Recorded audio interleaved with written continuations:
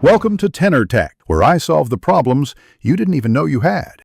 You begin by confirming your phone model and that the battery is above 10%. Once done, close all apps. Press and hold the power button until the power menu appears, and make sure you do not press or hold any volume keys at the same time because that can force safe mode. If a case or debris traps a volume button, remove it and clean the edges. These first actions prevent accidental boot into safe mode and prepare the phone to restart normally. You next restart the phone using Restart if available, or Power Off then Power On. This alone often exits safe mode.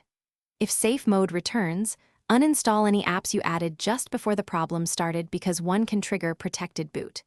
Make sure developer options settings like Stay Awake aren't forcing a debug state.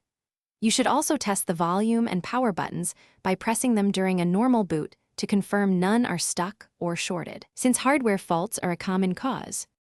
You finish by confirming safe mode indicators are gone. If the problem persists, back up your data and perform a factory reset from Settings System because that removes software causes. Before erasing, boot to recovery mode and wipe the cache partition. This clears corrupted temporary files and sometimes fixes repeated safe mode boots. If after those steps the phone still boots into safe mode, make sure you do not repeatedly press buttons.